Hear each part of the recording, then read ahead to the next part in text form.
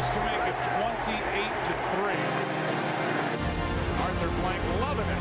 Up by 25. Toss to White. He's in! What a comeback!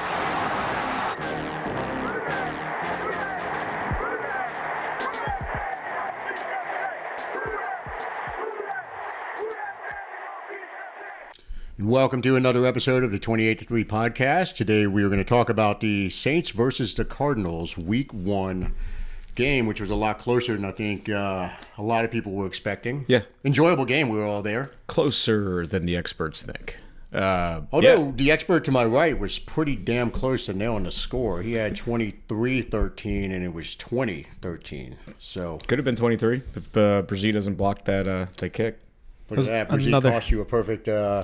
Yeah, but Groupie also missed a fucking gimme, so That's true. I call it.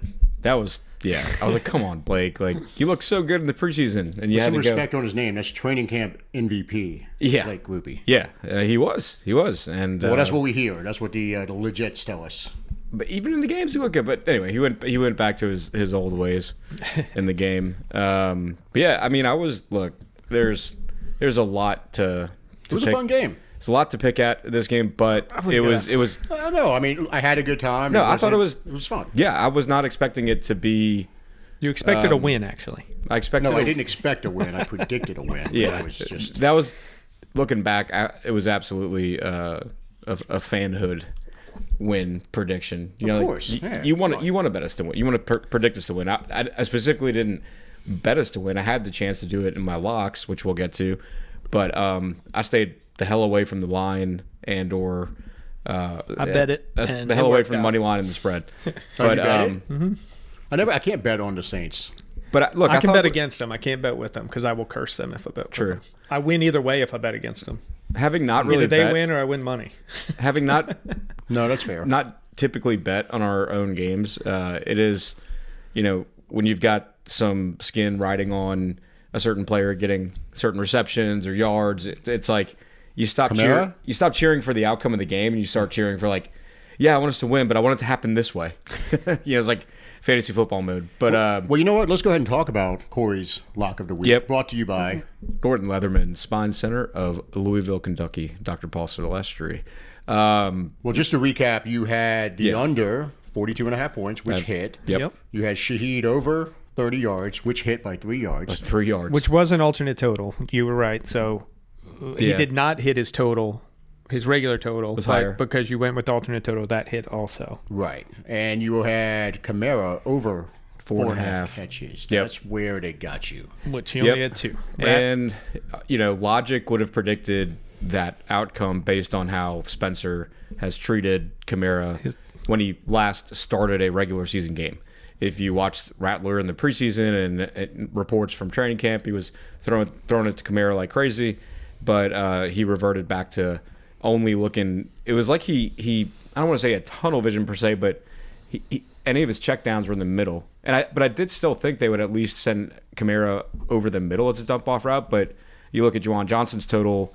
Obviously, Johnson became the guy who was the effective checkdown with short passes to him. It was short pass to everyone. He averaged 4.5 yards. Right. There were no per pass. downfield passing almost at all. Yeah. Just that one interception that got called back. Right. Which was Right. very lucky because it wasn't even where the play happened. So if you had told me he had a 4.5 yard per pass average, I would have said, okay, Kamara's definitely getting it. he doesn't like doing it. There were a couple. There was one that was you could tell was the design screenplay. We were at the Cardinals like 25, and maybe it's before Groupie's miss, but it was supposed to be a screen and it got blown up, so it didn't go to Kamara. That could have been one. Then there's another one where, he had Kamara like wide open in the flat, and he just didn't look to the side, and had he hit him, Kamara could have taken it for some distance. I think there was one that came back on a penalty too, where he actually did catch it, but that still would only given you 3. But let's talk about it in this way. What did you see that you didn't expect? What looked better than you thought? What looked worse than you thought? Anything, or did it go? Well, let's start with the offense first. Okay. So what do you have anything, or you want us to I think that is exactly okay. I think that's exactly what I think we're going to see from Rattler. which is just not good enough. I know some people are giving him praise because, hey, look, and I agree that was a great throw at the end. It's the only place to put it. It's also an incredibly difficult catch. So that's still a 10% play unless you're an elite tight end. And he is not. Well, and you got to figure it's going to be a 10% play because they know you have to throw in the end zone in that situation. And he got hit by 2 players, and the guy got his arm. I mean, look, so we can go down that road later, but I think that's the Rattler offense we're going to see. It's if the first read is there, he is accurate enough. And I'm going to say his accuracy on his completions was bad again. There was a ton of balls that were in the wrong spot, even though they were complete. Yep. And his completion percentage was still pretty rough. I think 58%. So he's just not an accurate guy. But if the first read's there, he's putting it in a place it can be caught, and we're making a few plays. Albeit everything was short this game. There's zero explosiveness in the offense whatsoever. There was none. There wasn't even an attempt to Shaheed down the field. There was the attempt that got picked off. The interception. Right, they got picked off. Right, you're right. It didn't count. But, the called back interception. Yeah. But it was an attempt. Yeah, that's true. That should be a pick. He got lucky with the call on the other side. I just think that I don't see any. I can't tell you a single completion that can come off the top of my head where he first read looked, went to the next. There was nothing. If it was there, and if he did, it was incomplete.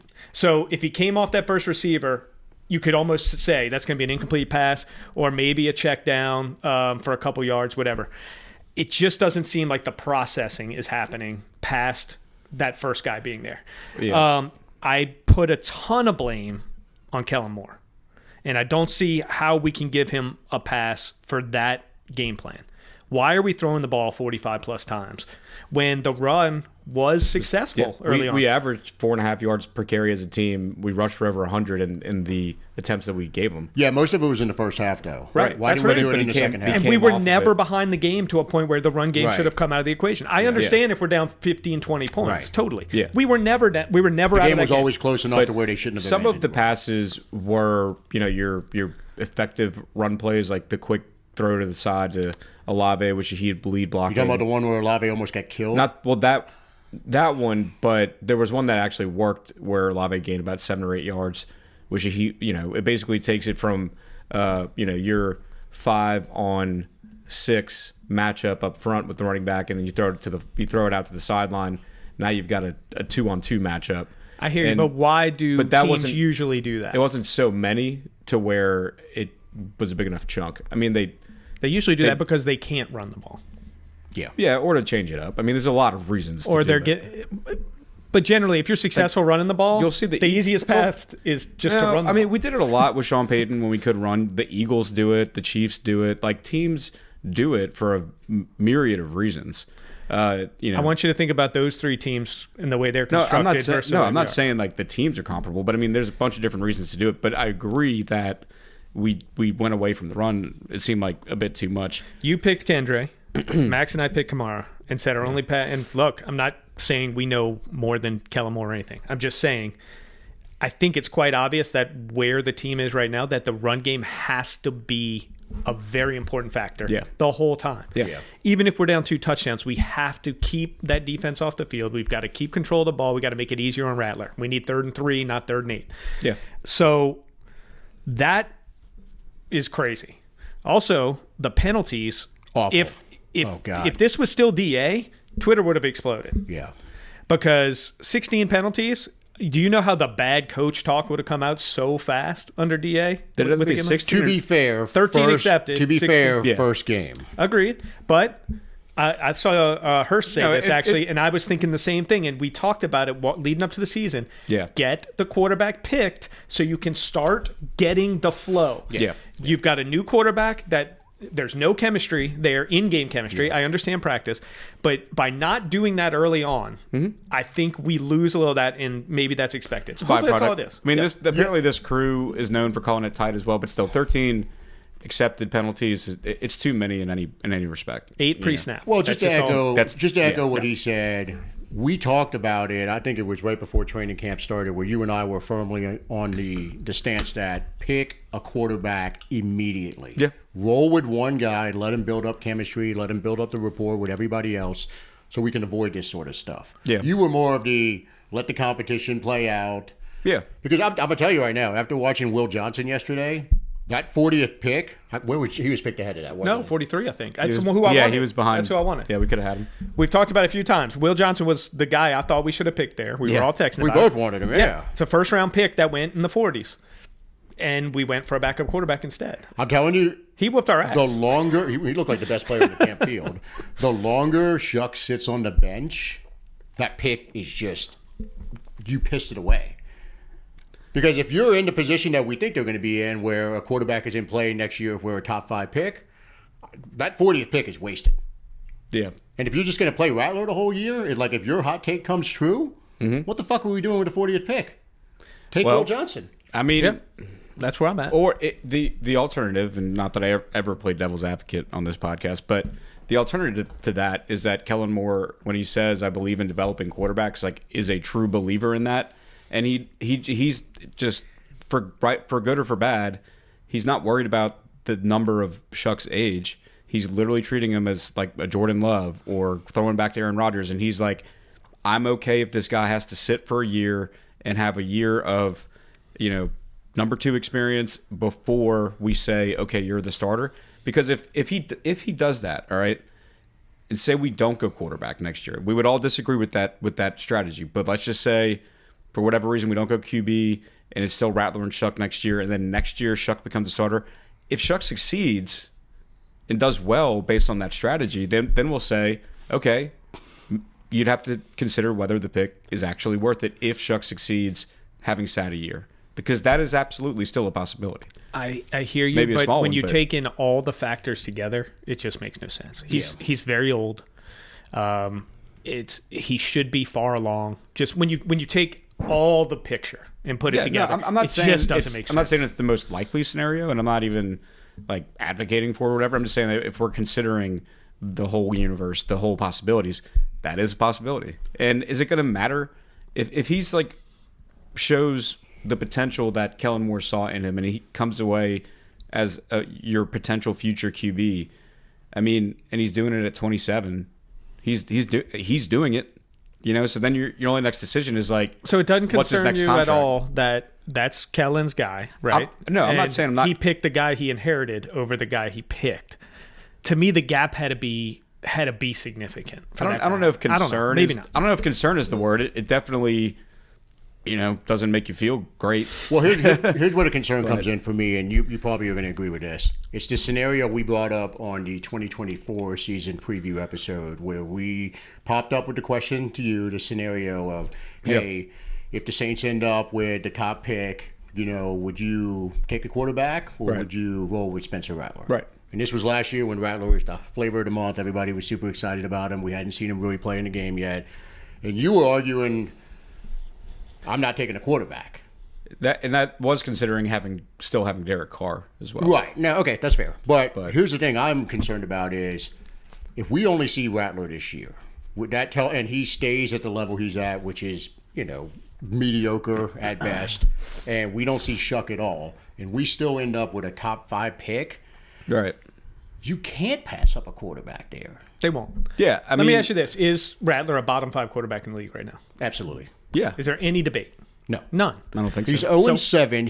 He's almost halfway to the 0-15 mark that Deshaun Kaiser did to start Did his anything career. yesterday sway you a little bit that might not be the case? I don't know if it swayed me away from him being bottom 5. I do think, as you were talking about it, if we're looking for differences between yesterday and the games he started last year, he only took one sack, and I didn't see him hold on to the ball as long as he did last year. I agree that the accuracy is still an issue, but he was more decisive yesterday than he was in his starts last year. And the quality of his play didn't really change from first half to second half like it did last year.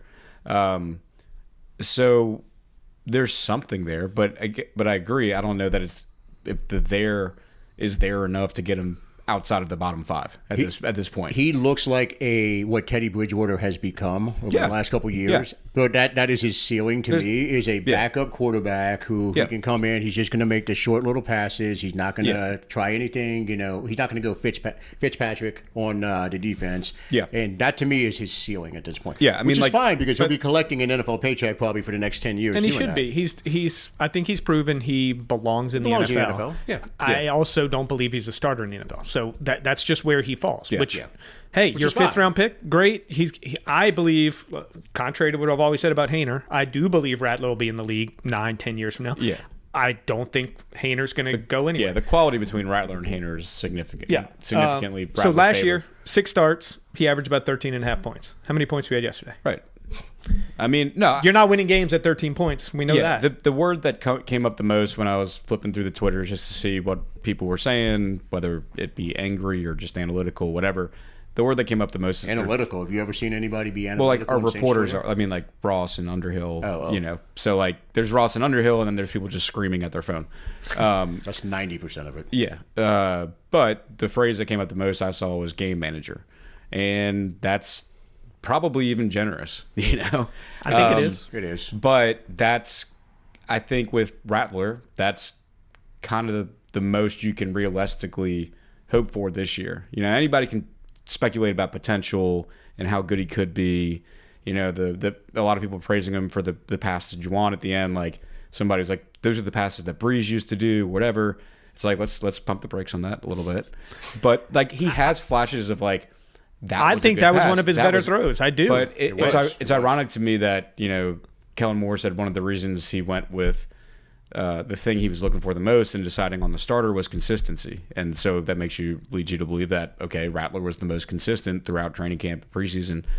However, his accuracy is one of the most inconsistent things on the offense. So he'll have that throw to Juwan, which was in the exact right spot. Mm-hmm. But then there were 2 other passes in the game where if he put the ball in a different spot to Olave and then another one to Cooks, they could have ran with the ball for another 10 yards minimum, and he threw it in a spot where they had to fall down. Right. And they were touched. I think there were more than that. And then even the one that got called back on on Olave, which to me was not an incomplete pass. I don't see how that could get called back. That was crazy. But that's still a bad throw. He had to go to the ground. Yeah. If it's in his chest, there's no question review. about it. So that's still, I don't know that you can fix that over a course of a season. I mean, you either have that accuracy innate in you as a quarterback, I believe, or you don't. So we're going to be dealing with that. I think it's something that is not impossible to fix, but virtually impossible. Because there are people. Josh Allen is a perfect example. Yeah, but he's the outlier. He's the most. He's also the most physically gifted physical quarterback. Talent. A lot, but it seems to me, and again, like someone who's absolutely not an expert in this specific area, but it seems like one of those issues where you have to drill that in the offseason. And I'm sure he did a lot of work this offseason. He did do a lot of work, but it doesn't seem like something you're going to fix throughout the course of the year. It seems like something you have to take an offseason and put a bunch of damn trash cans out in the field and keep throwing it into him for all day long. I do not think he has a work ethic problem. I think he seems like he's a good leader. I think he does everything right. I think sometimes you're just not quite good enough. And he is that classic physically gifted, just this far away from being an NFL starter, but it's just not there. There's an argument to be made that if he was, say he did improve throughout the year to where he was not bottom 5, but maybe he was 20th. If the team around him was better. So 20th puts him, by our rankings the last couple of years, where Derek Carr was. Right. So if he gets to Derek Carr's level. Just say. I know. We're happy now at that level? No, I'm not. Did I say we're No, happy? I'm just saying. No. I'm talking to the fans. No. So we're hoping he can get to 20. Are we all of a sudden going to be good with 20 when we weren't just good with 20? What I was about to say was that the best we could hope for is if he did get to that level and then the team if the best you can hope for is 20, you're wasting your time starting. That's what I'm saying. That's why I'm agreeing with you because 100% you're right. The best 20th means punt. Get rid of him. Yeah. Right. But I'm saying that would get us into one of these cycles again where the front office convinces itself that, oh, maybe we don't have to go quarterback because what 20th would get you with the right supporting cast is a wild card berth. Yeah, I don't even know if 20's getting you a wild card. 20's Said it low, man. Well, we said it with Carr. We said Derek Carr could take this team to the playoffs. We said the high end of his range was more closer to like the 16, 17, and that could get you the wild card. Right. But 20 isn't getting you a wild card. Last year and the year before, we all said this division, we could win the division if we just go barely over 500. I agree if you're saying wild card, but you're not winning anything. You're not winning anything. That's what I'm saying. So, like, the max we could hope for. Context, though, with that is worst division in football. Right. With Derek Carr performing to the higher end of his range. Yeah, I don't want to harp on this too much because it's not that big of an earth-shattering point. My point is, like, that's it's agreeing with all for a little bit and also adding perspective. Like, that's the best we can hope for. If the supporting then get cast, him out of there. I mean, if the best you can hope for is 20, get him out. I think it is a good point. I disagree because there was a riot against Carr. Yeah. And if you're being honest with what you're watching, you realize that Rattler's ceiling is kind of Carr's floor of his career. Yes. He has never come close to performing the way the things Carr did in his career. Yeah. And if that's going to be, if his low end is the top, then what are we doing? Everyone should be on board with this. It's a waste of time. He's, it's like the quiet part that the coaches are never going to say out loud. Like, yeah, he's in there, but he's not our future. You know, 27 if your or ceiling 46. is 20, you're spinning your wheels and you're wasting everybody's time. So that would be all I can say. Back to the game plan.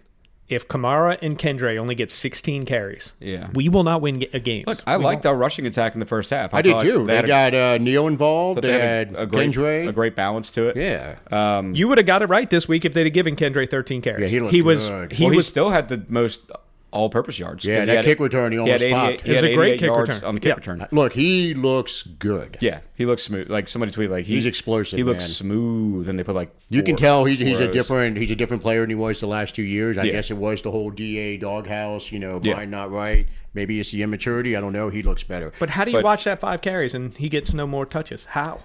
I think that's going to change. Yeah. So there's, and we also, I keep saying like it's possible Kendre could have not Kendre. That Rattler could have checked into some passes that were originally called runs, but still, when you have 46 attempts, it couldn't have been that many. So, one last thing I want to bring up. Here is our average yards per catch by receiver. I was about to say that. Okay. Jawan Johnson, 9.5. Olave, 7.7. Rashid Shaheed, 5.5. Cooks, 8.7. Kamara, 6. That's anyone who had more than one catch was under 10 yards a catch. And Rattler averaged 4.65 yards per attempt, which is terrible. Beyond awful. Yeah. Yeah. Okay. So we got to call it what it is. We can't be like, hey, that was a great throw and we could have tied it. No, we got beat that game. I felt they started playing soft at the end too. It's the ultimate like positives and negatives where it's like the positives were we, kept it within a one possession game. One score game till the very positive end. Was they hung in the whole game. The offensive line really looked fine. Like allowing only one sack, 100 yards rushing, even though we could have given it to him more, 4.5 yards per carry thereabouts. You didn't hear Kelvin Banks' name called once. You had Braden's in there and he was fine. I think Fuaga had a tough time, though. Fuaga did have a tough time, and apparently they got hurt. They took him out for a little bit, and they were running like. And then Richards came in. I like the tackle. The tackle eligible plays were awesome, and that was with Richards as well, who ended up going in for Fuaga once Fuaga got hurt. There was definitely things to like, So it's, but again, the thing you don't like, and what has to, if we actually want to see this team win games, I know a lot of fans out there are like, we shouldn't win any games. Get the first pick. Like, you can't have that mentality. I mean, if it happens, it happens, but.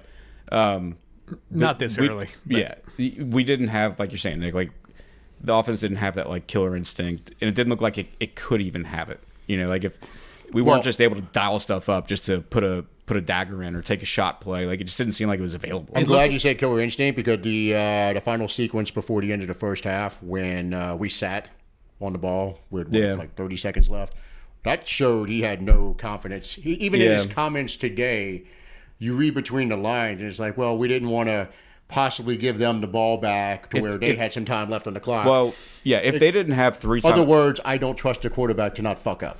Right. I mean, well, it's a reality. I mean, he has to think, okay, how many times have we gone 3 and out to this point? How many failed conversions have we had? So if I'm aggressive and try to keep like a minute plus on the clock with my timeouts, they have 3 timeouts. So if I give it back to them with a minute, and they got 3 timeouts, then they could very easily run a 2-minute Kyler could scramble, deep shot to Marvin. Next thing you know, you're down by 2 scores, even more going in the half. So it's there's 2 ways to play it, but yeah, if I didn't like that at all. I didn't like the complete passiveness because it's either too conservative or you just flat out don't trust your quarterback. I'm okay with conservative there, being honest, knowing that he's my quarterback, but agreed, it means also the coach is not supremely confident in him, but I'm okay with that because I'm not supremely confident in him. We don't have the luxury of being aggressive with this roster. Right. You know, so like I'm fine with his strategy, and it suck to have to admit that like your coach doesn't trust your QB. Yeah, but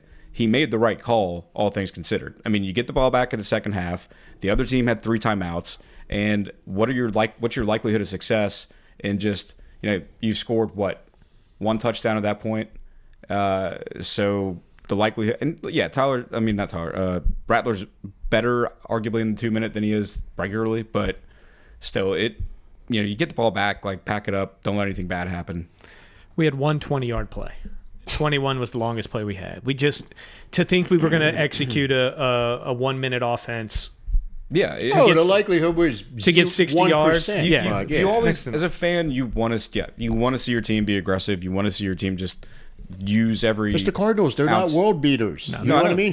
They got a rookie at corner. Maybe he makes a rookie mistake and somebody gets loose. We got fast receivers. But if nothing else, we have speed at wide receiver. Somebody could have gotten lucky. If you go 3 and out, you give him the ball with a minute left and 3 timeouts. I mean, look, I go back to Derek Carr when it became the whole just freaking run Shaheed. When that was a late, not much time left on the clock, and he hit a bomb to Shaheed. I mean, it's the same thing. It can happen. Yeah. So let me throw a few other notes I had in here. Olave is going to get killed this year.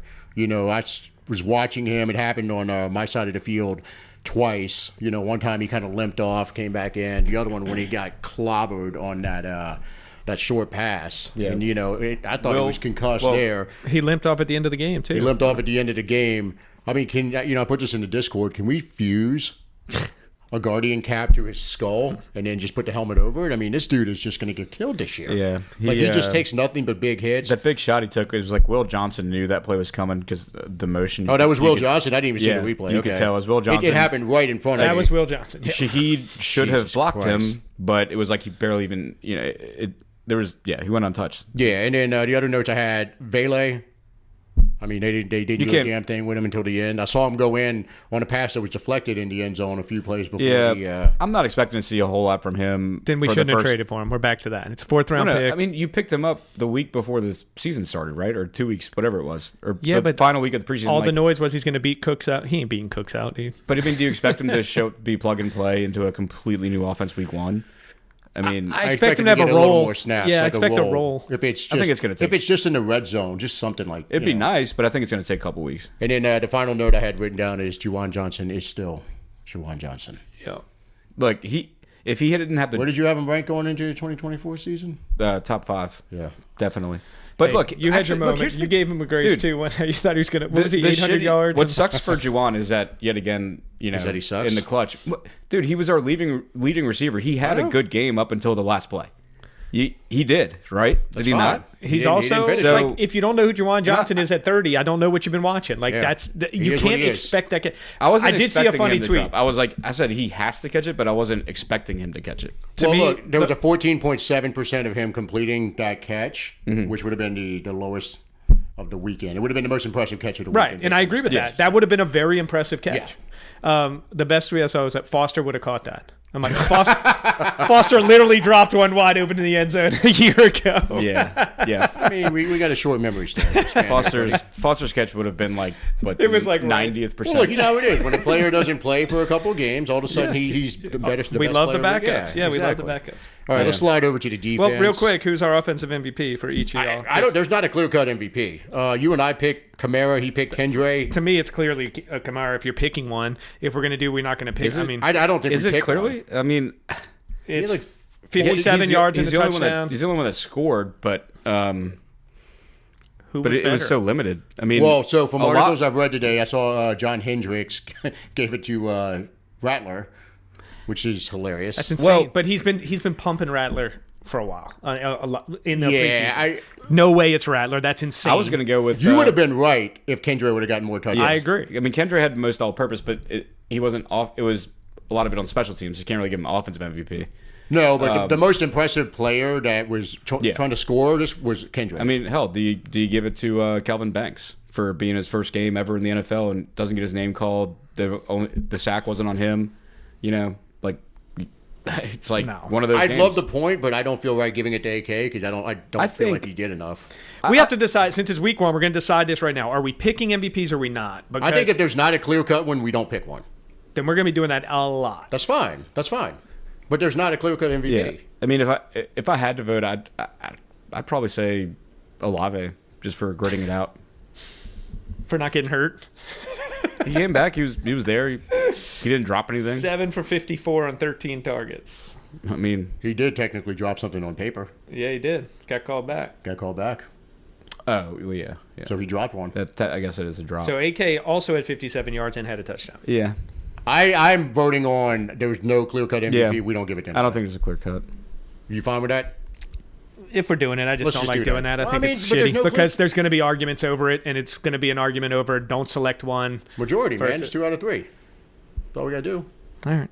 I mean, I'm being honest. I'd love to take the point for you and me predicting AK, We but could do I don't see it. We could do a tiebreaker in the Discord, maybe. I just think you don't give it out. There's not a clear I'm gonna go with Kendra Miller. I mean, I think he would have been the MVP if he got the touches, but when you get 5 touches, you're not getting Can't- MVP no, you unless you can't be. break some long run. Exactly. He could only like a consider Taysom. him if you factor in the kick return yards. That's it. We scored 1 touchdown. It's AK. We scored 1 touchdown. I mean, Jesus Christ. If Juwan, This is the participation trophy if we give it to AK. That's all it is. yeah, I agree. Okay, well, I vote we don't give it out if there's not a clear-cut person. Y'all speak up and someone... Okay, we can skip defense too then, probably. What are some candidates for defense? Yeah. We're not going to come to a consensus. I think 'cause more people- you're against Cam getting it. I'm firmly on Cam because he led in pressures, tied in sacks.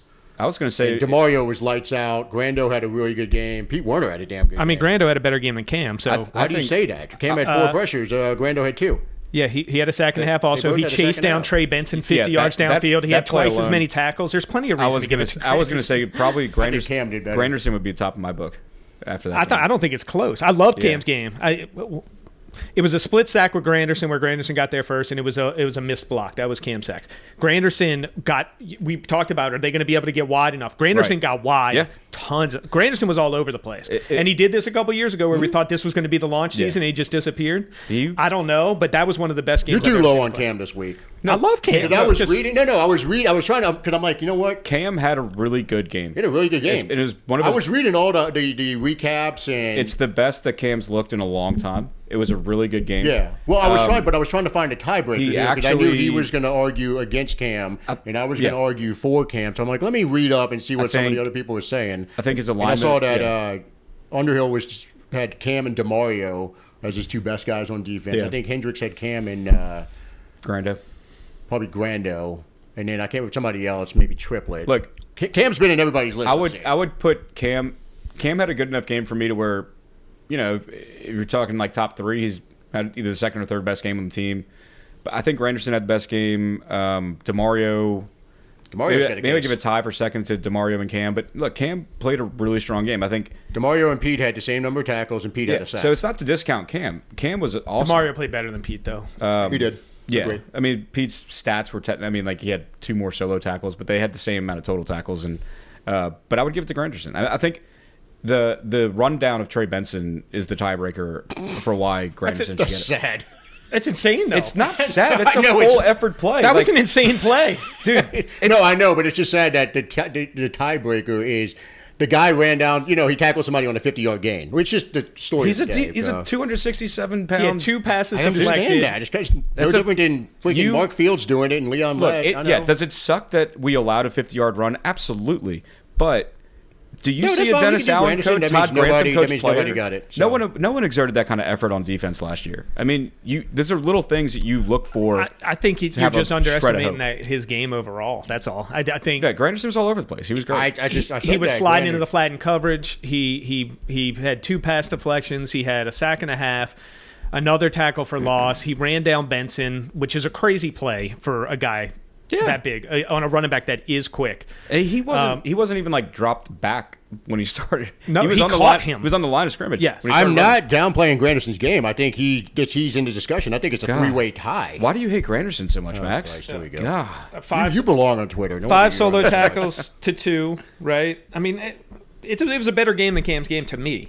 But Cam still had a really good game. I text you, Cam got a sack and a half. This game's a win for me. I'm totally in support of Cam. Don't get me wrong. Yeah. I want to see him have a completely resurgent year, like cement himself as, No, this is fine. We can go with Granderson. That means nobody got it. Yeah. So nobody gets offense, nobody gets defense. You get 1 point for the prediction. Corey and I get 0, so you're up 1-0-0. Okay. So we'll go to All right. I'm not totally out of the gate so far. But we didn't really talk about defense. No, so we'll talk about that now. So I'll just the notes I had. Kool-Aid, rough game. I know he took a bad angle on the long run. I wasn't as down on Kool-Aid as y'all, but you get weren't there. watching the game then, bro. we'll get there. Hold on, We'll get Bubba. there. I had Grant. I wrote down first person here. Look at this. Grando, Cam, DeMario, stock up. So I had Granderson written down first for you two, so you don't get too sensitive. I'm sure. Lonte flashed on that sack at the end. That shows a glimpse of what he can do. Obviously, he's working back from the injury in training camp that kind of plagued him all throughout the preseason. So let's see what else. Warner and DeMario, 9 tackles each, both linebacker looking good, as we expected after seeing the preseason. Blackman, torn labrum. Fuck. That sucks. That but does suck. now we get to see Sanker, which long-term development might not be a bad thing. That's what I had written down for defense. So I think we talked pretty much. I'll let Corey, since I agree on the Kool-Aid thing, we'll let Corey finish that up and why he disagrees. But the deep ball over the top is a great throw, but he was beat dead to rights. There's no arguing it on the go route. He was beat on a crossing route for the touchdown, which he went underneath the receiver at the goal line, which I don't know how you win that rep if that's what you do when you're trailing behind the receiver. So it was a very easy throw for Kyler. I think he made a mistake there. The run was a bad angle also. And he said he wants to lock up the best guy. Well, Marvin Harrison is not a top 10 receiver in the league yet, and he got whatever he wanted on him. So that was essentially their only pass offense was Marvin Harrison. Trey McBride had some catches, but I think he was like 5 for 40, something in that They range. held him in check for the most He had a lot Um, early. And so that for a guy we want to be the next Lattimore or whatever, that was bad to me. Bad game. You can finish it. I'll just say the last couple of things for me. Brzee, active, but didn't get home on anything. The block was obviously, that's the kind of athleticism we were all talking about that we're hoping we see elevate him to the next guy. The guy is a freak. He just needs to get it all dialed in. I'm disappointed because we all talked about it. Corey alluded to being optimistic about the defense. Well, I don't think you can bag on the defense too bad in this game. You can't. But we were not good enough against the run, period. Even if you take the 50-yard run out, I think they averaged almost 3.95 a carry, something like that. They ran it at will. Not at will. Connor had a tough time. Everyone else, Kyler, who we knew would be a problem. Obviously, Benson, with the big run, had a good game. I think that's got to be better if we're going to succeed. Yep. Pass rush was better than we thought. Two of the sacks were bullshit. I think they were both 0-yard sacks, 2 of them, but we still made plays. 5 sacks. Yeah. I'm saying 2 of them were Kyler runs where he ran out of bounds right at the line. Yeah. So those are kind of BS sacks, but 3 were totally legit. Yeah, we earned the 3. Yeah. And if you make Kyler run out of bounds before he's upfield, that's a winning rep. So that was a little better than I thought. All in all, I think we held them under 300 yards, which that's a good defensive performance. Yeah. Period. Yeah. So it's certainly an improved defensive performance. I agree with you on, what we saw out of the. I mean, we've already established. We agreed on Grando and DeMario. My thing on, look, I'm not saying Kool-Aid had a good or, a great game, but I just don't think it's as glaringly bad in a vacuum. If we're comparing him to Lattimore, then yeah, if that's the standard, and I know that's what we need him to be, hope for him to be, but, it's his first game as the number 1 cornerback on the team. And I do think Marvin Harrison very well could end up as a top 10 receiver this year. I think he's obviously that talented. Obviously, he didn't come out with the stats to show that kind of ranking last year, and he will have to deal with Kyler Murray being his quarterback for the rest of the year. So he's limited in that respect. But he's a damn good player. I didn't think it was as beat dead to rights on the deep ball. He was beat, but I thought Kool-Aid was there. He was able to get his arm in his face. It just Harrison made a better play. The crossing routes, I mean, when you're leaving your corners on an island and on a crossing route with the top receiver, we saw Lattimore struggle with those type of routes. So I'm not giving him a pass for it, but it's like you're setting, you're set up to fail if you're in man coverage, especially press man, and it's a straight crossing route across the field through traffic. But I do think there were some positives from Kool-Aid. I thought he was aggressive when he came up in run support. I thought he did have some plays where he was on his guys. But my main thing with Kool-Aid or any cornerback is that it's the easiest position, one of the easiest positions to dog on after a game, because he could get a 90. I think I said it in the preview, or maybe it was in talking to people before the game, but you can get an A on your paper. You get 90%. If you were 90% locked down the whole game, but if you had 10% of getting beat, then that's all people see, and it looks like you sucked. So, well, you love but that that's analogy. the job. You said that that's like 3 the job, times though, yesterday. right? I mean, it's the job. So I don't think he sucked. I don't think it was a bad game for him. I think it needs. Yeah, I agree. It absolutely needs to be better, because especially if we want the Lattimore standard. When Lattimore's in his heyday, we would see him go up against Mike Evans and completely shut Mike Evans down. When Julio was in his prime, he completely shut Julio down. So that's obviously the ideal for Kool-Aid. I don't think we can expect that. I don't know if that's realistic, though. Right. I don't think we can expect that. I'm not now, trying to. I but don't not have trying that to expect that. expectation Yeah, on I him don't either. I just think that was a rough game by any measure. But Yeah, I'm gonna go less than rough. I'm not giving up on him. I'm just saying, yeah. like, he got targeted, I think, 7 times, and it was like 5 for 75. Yeah, I think it wasn't Harrison- good. Again, it's week 1. It's week 1. Everybody, Yeah. you got to get a little. And I do think little Harrison, ramp up. it'll prove out through the year that Harrison is really, really tough assignment for any cornerback. But I agree with that. yeah, I think he's better than. yeah. Or he's going to be better than. yeah. But overall, yeah, I think the rest of the defense was solid. I mean, you didn't. I think they kind of did a good job of throwing. I don't know if you can really like throw away from a safety, but you didn't really see Reed around the ball too much, because I think they kind of were trying to avoid him. Or Reed had his guys, and he wanted his zone covered up. A couple times Reed came up in run support or pass support and blew up somebody. So that was solid. It does suck that Blackman went down, because I think he was on point. But yeah, I think you have, if you look at this overall performance, like you said, next 276 yards allowed, I think that's awesome. That's a lot better than we could have expected. Sub 300. It just but the biggest glare red flag is giving up the big play. He gave up one huge pass play, one huge run, and that's been our Achilles heel across different defensive coordinators. And so, look, if they had eliminated the big play, we would have called it a dominant performance. But the big plays were there, so we can't.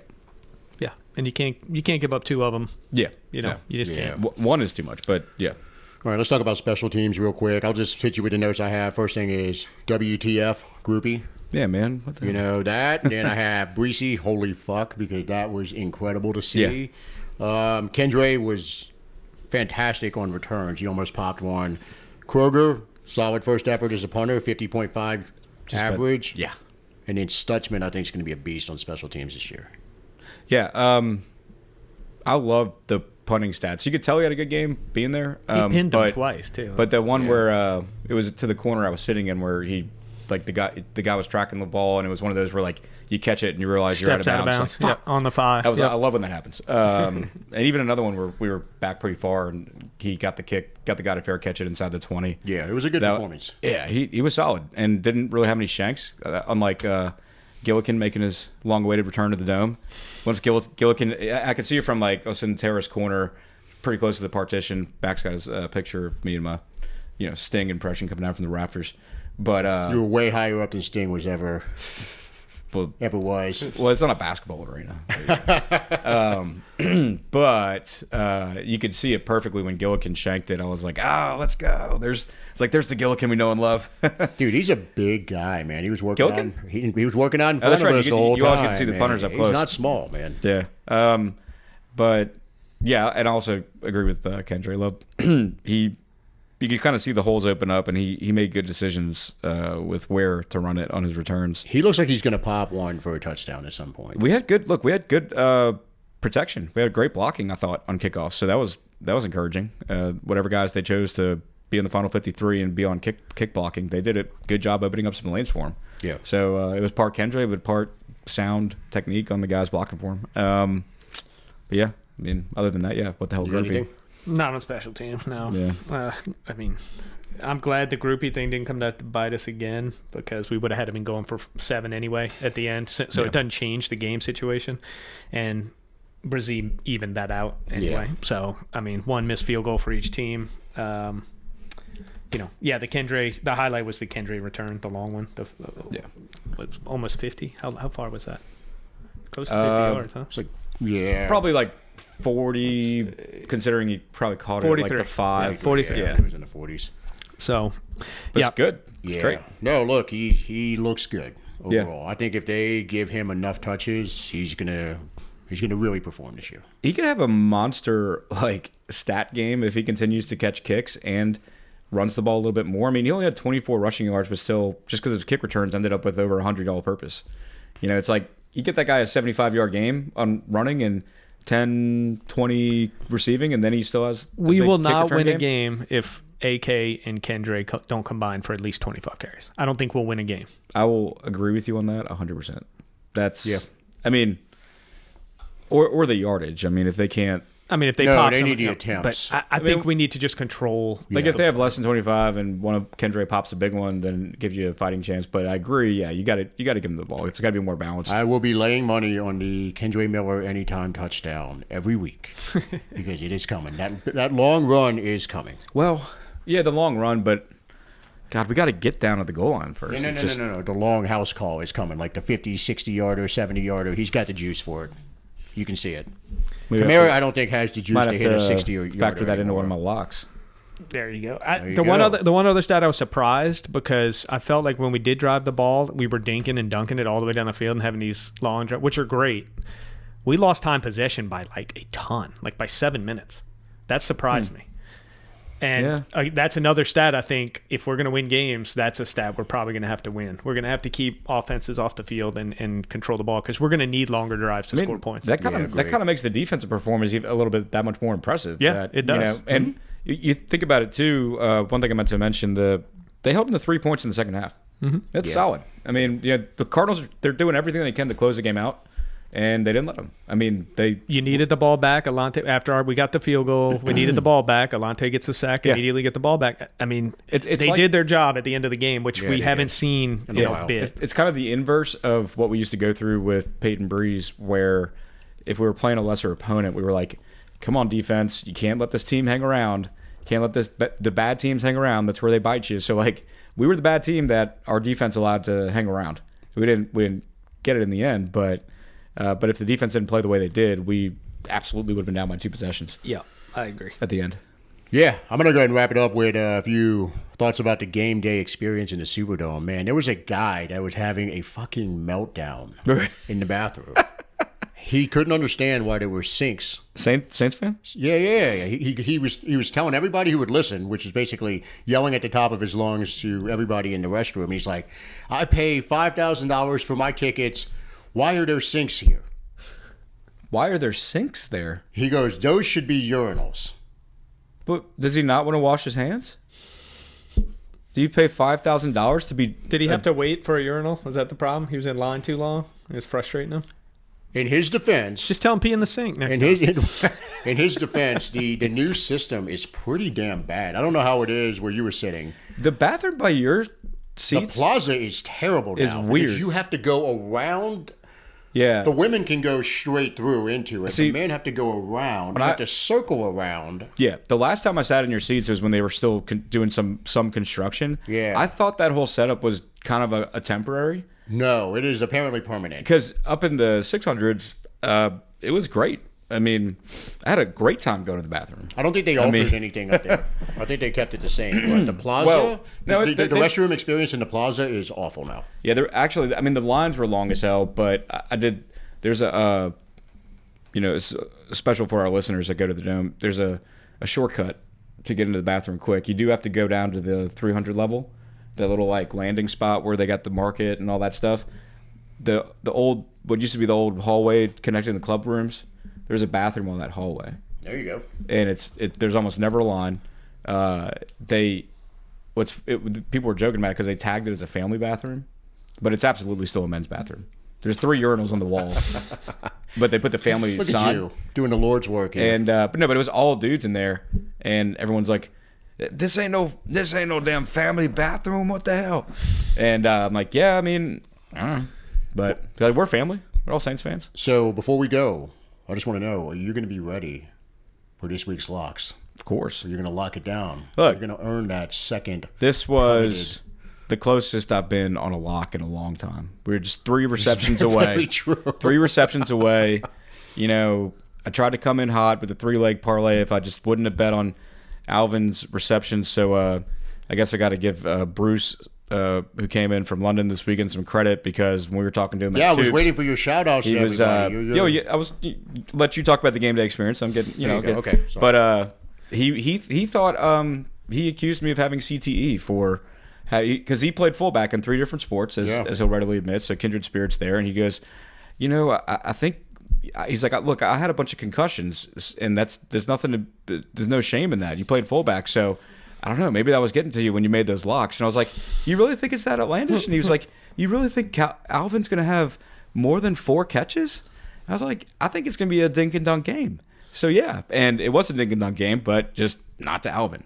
Well, when you made it, I said the one I didn't like was that because Spencer just doesn't want to check down that way. Yep. He just didn't last year, so I don't know why. Yeah, you've got one of the best safety valves in the league, and Spencer just doesn't see him when he gets in trouble. Yeah, it's rough. But anyway, so the locks next week will be we'll try to make them more lockable, but keep a little bit of spice in there, like Max likes to say. But you got to be exciting. But I will say about the experience, it was kind of didn't know that so many people were going to be in town for this one. Yeah, it was kind of strange. Everyone came out of the woodwork. But you had Michelle and Matt in from France, and then you had Sam and his newlywed, his wife, Fiona. They just got married on Wednesday. They flew in from the UK into New York, got married in New York, and then came down to New Orleans.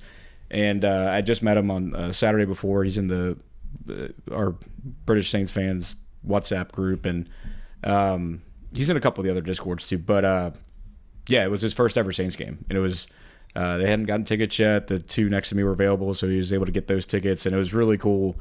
So shout out to Sam and Fiona, because I know you are going to listen to this pod now. But it was really cool sitting next to him during the game. I mean, like, you could tell how deep the Saints fanhood ran with Sam, and it was just awesome. And then Bruce, and then Zach, who he's been good at getting to the games, getting over from Orlando. We have season tickets now, so yeah, 307. And joining you for the Hanson's run was pretty awesome too. That was nice. Yeah, well, the Willie Mays run before the game was clutch. Willie Mays was clutch. That one hit. Got my grits and what I got? Potato salad. Yeah, it was good. It was really good. Little, That's a combo. Little primers. It came out. You don't go Load there. me up, baby. You don't get those grits and tater salad, man. Come on, let's get it. I was getting ready for the We game. went all carbs, man. It was crazy.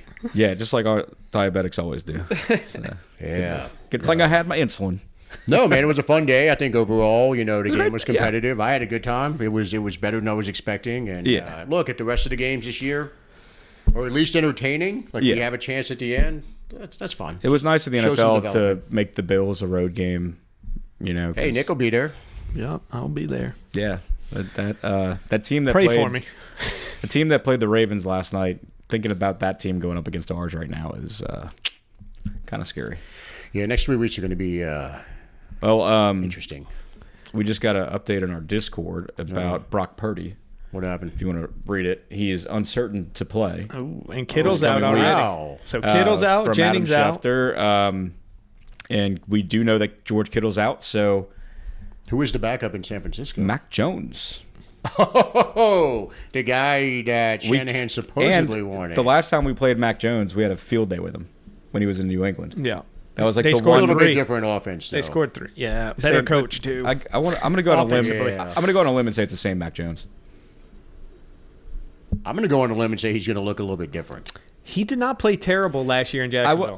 I mean, I hate to say that. San Francisco has been like the place of renaissance for quarterbacks Sam that Darnold? haven't played well. It got Sam Darnold it got $100 him million. Exactly. That's kind of what I'm thinking. We'll see. I mean, all these retread quarterbacks. Look at Danny Dimes yesterday. Look, the thing is, we're talking about two guys that are down for their offense. Our offense still has to play their defense, so that's a thing. Yeah. Yeah, Like that's not changing. Well, cool. If you guys don't have anything else, we'll go ahead and wrap this episode up. Yep. We will be back on Friday with your preview of the 49ers game and Corey's locks of the week, where you're going to make a lot of people a lot of money. At some point, we will. And I just hope they just can might hold be this on week. long enough to You heard the what? reap. I hope they can hold on long enough to reap the benefits. It's a marathon, not a sprint, guys. Okay, just let's. It's a long marathon. I hope they're independently wealthy starting out. Let's have a little.